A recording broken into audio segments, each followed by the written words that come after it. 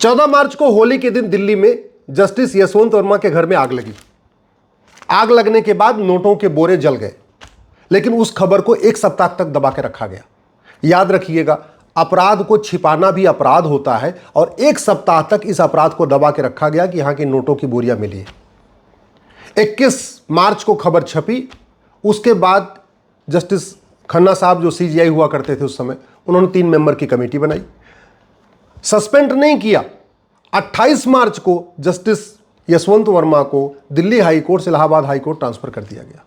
किसी डीएम के घर में नोटों का बोरा मिला होता, किसी कमिश्नर के घर में नोटों का बोरा मिला होता, किसी कप्तान के घर में नोटों का बोरा मिला होता, इंजीनियर डॉक्टर के घर में नोटों का बोरा मिला होता, या किसी भी सरकारी कर्मचारी के घर में नोटों का बोरा मिला होता, तो अगले दिन सस्पेंड कर दिया गया होता। लेकिन जस्टिस यशवंत वर्मा के घर में 14 मार्च को आग लगी, नोटों का बोरा मिला, एक सप्ताह तक खबर दबाई गई। जब 21 मार्च को खबर अखबार में छपी, उसके बाद 3 मेंबर कमेटी बनाई गई और 28 मार्च को सस्पेंड करने की बजाय उनको इलाहाबाद हाईकोर्ट ट्रांसफर कर दिया। 3 मेंबर कमेटी ने 4 मई को अपनी रिपोर्ट भी दे दिया, लेकिन और 3 मेंबर की कमेटी ने भी कहा कि हाँ, इन्होंने गड़बड़ किया है, कुछ गड़बड़ है, आगे मुकदमा चलना चाहिए। फिर भी एफआईआर नहीं हुआ। आप सोचिए, जिस भारत में संविधान की दुहाई दी जाती है, जिस हाईकोर्ट सुप्रीम कोर्ट में संविधान की दुहाई दी जाती है, जहां बार बार कहा जाता है equality before law, equal protection of law, कि भारत में सब लोग एक समान हैं, अभी तक जस्टिस वर्मा के खिलाफ एफआईआर नहीं हुआ। और अब केंद्र सरकार उस 3 मेंबर कमेटी की रिकमेंडेशन के आधार पर संसद में इंपीचमेंट लाएगी, महाभियोग लाएगी, और अगर 2/3 सांसद एक पक्ष में हो जाएंगे तब उनको नौकरी से निकाला जाएगा। सवाल यह है कि भारत में क्या वन नेशन वन लॉ है? क्या भारत में सब लोग एक समान हैं? क्या जिस तरीके से जस्टिस वर्मा को केवल महाभियोग के जरिए निकाला जा रहा है, कोई क्रिमिनल कार्रवाई नहीं हो रही है, उनको आज तक जेल में नहीं डाला गया, मुझे नहीं लगता कि उनको भविष्य में भी जेल में डाला जाएगा। ये अपने आप में हमारे संविधान के मुंह पे तमाचा है। ये article 14 equality before law, equal protection of law के मुंह पे तमाचा है। ये भारत में एक देश एक विधान नहीं, एक देश 2 विधान चल रहा है। खास लोगों के लिए अलग विधान और आम जनता के लिए अलग विधान। अपराध को छिपाना अपराध है। एक सप्ताह तक उस अपराध को छिपाया गया, लेकिन जिन लोगों ने छिपाया उनके खिलाफ कोई मुकदमा दर्ज नहीं हुआ। सबूत मिटाना अपराध है। और जो नोटों का वहां पे बोरा मिला, उसके बाद वहां साफ सफाई की गई। जिन लोगों ने सबूत मिटाने की कोशिश की, जिसके कहने पे सबूत मिटाने की कोशिश की, उनके खिलाफ भी कुछ नहीं हुआ। न जस्टिस वर्मा के खिलाफ एफआईआर हुआ, न उनकी पत्नी के खिलाफ एफआईआर हुआ, न उनकी बेटी के खिलाफ एफआईआर हुआ, या न उनके घर में और जो लोग आते हैं, किसी के खिलाफ एफआईआर नहीं हुआ। और हम सुबह से लेकर शाम तक बड़ी बड़ी दार्शनिक बातें करते हैं, बड़ी बड़ी फिलोसफिकल बातें करते हैं, equality before law, equal protection of law, rule of law, right to justice, क्या क्या बात करते रहते हैं, और ट्रांसपेरेंसी की बात करते रहते हैं। भ्रष्टाचार, मैं पूछ रहा हूं, इस देश में भ्रष्टाचार को देशद्रोह घोषित क्यों नहीं किया जा रहा है?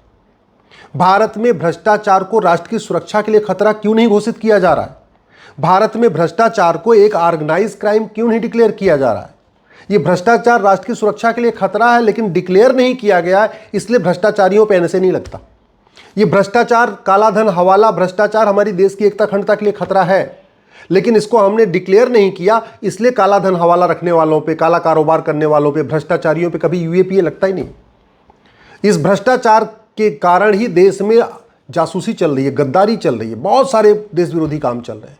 भ्रष्टाचार अपने आप में एक वेजिंग वॉर है, इनडायरेक्ट वॉर है। पूरी फंडिंग करप्शन, भ्रष्टाचार की जो फंडिंग होती है वो काले धन हवाला के जरिए होती है। पर सारे देश विरोधी काम काला धन हवाला से चलते हैं।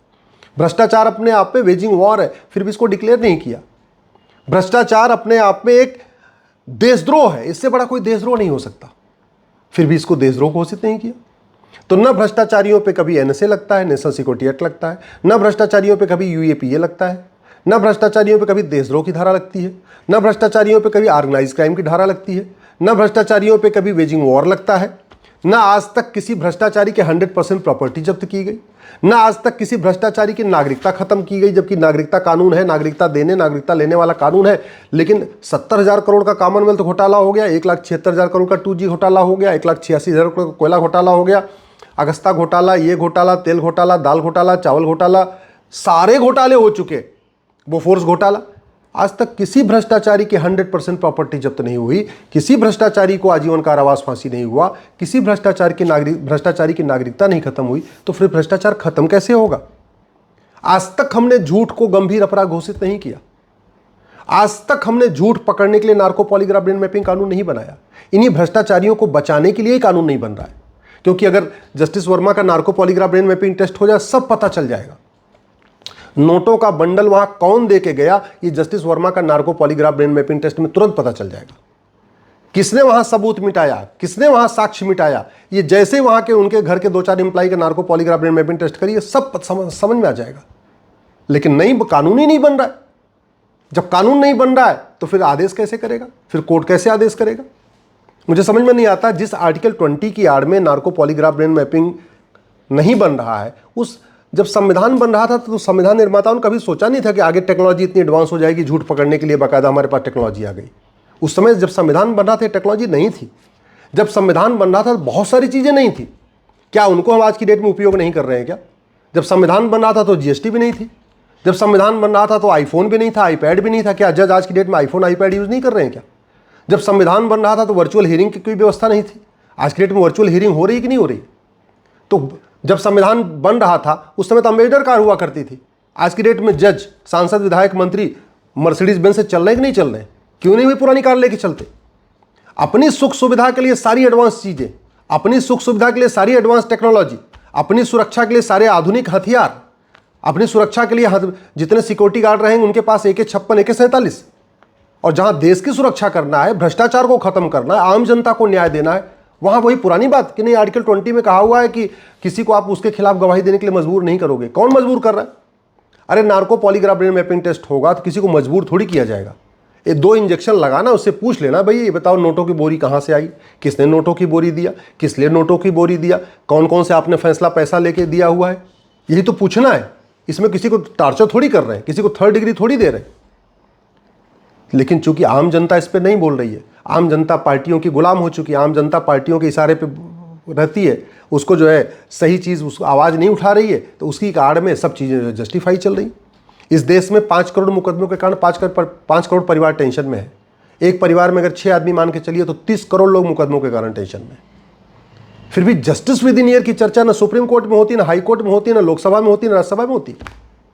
आखिर right to justice fundamental right है, तो राइट टू जस्टिस का मतलब जस्टिस विद इन 100 ईयर थोड़ी है, जस्टिस विद इन ईयर होना चाहिए।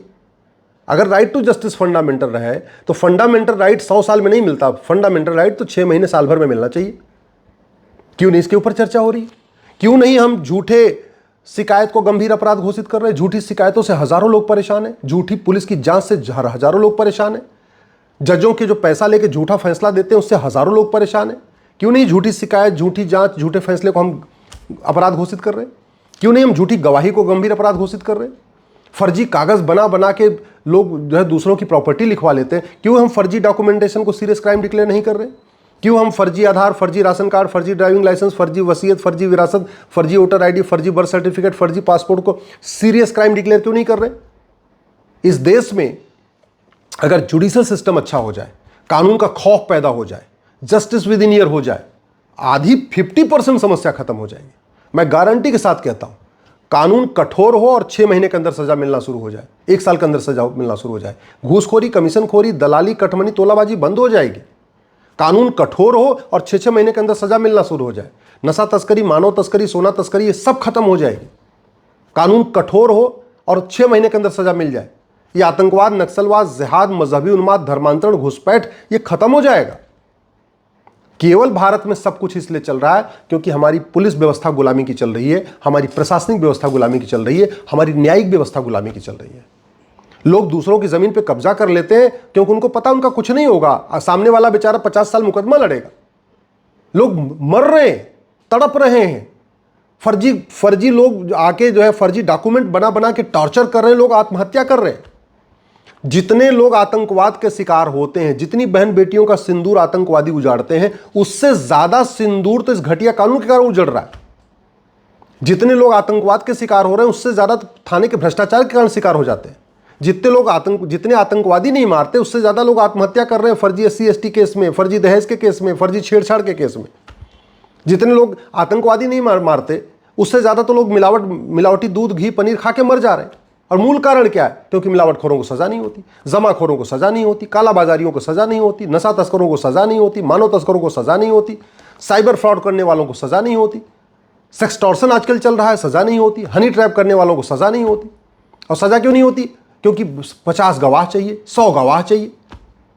कन्हैया लाल को जिसने मारा खुद ही वीडियो बनाया और उसको बेल मिल गई, इससे बड़ा शर्मनाक और क्या हो सकता है? 4 हमारे सेना के जवानों को जिस आतंकवादी ने मारा था, खुद ही टीवी पे एडमिट किया, हमने 4 जवानों को मारा, और 35 साल से वो जेल में बैठ के बिरयानी खा रहा है। इससे ज़्यादा शर्मनाक क्या हो सकता है? कौन ठीक करेगा इसको? या तो संसद ठीक करे या सुप्रीम कोर्ट ठीक करे। ना संसद में इस पर चर्चा हो रही है जुडिशियल रिफॉर्म पे, ना सुप्रीम कोर्ट में जुडिशियल रिफॉर्म पे चर्चा हो रही है।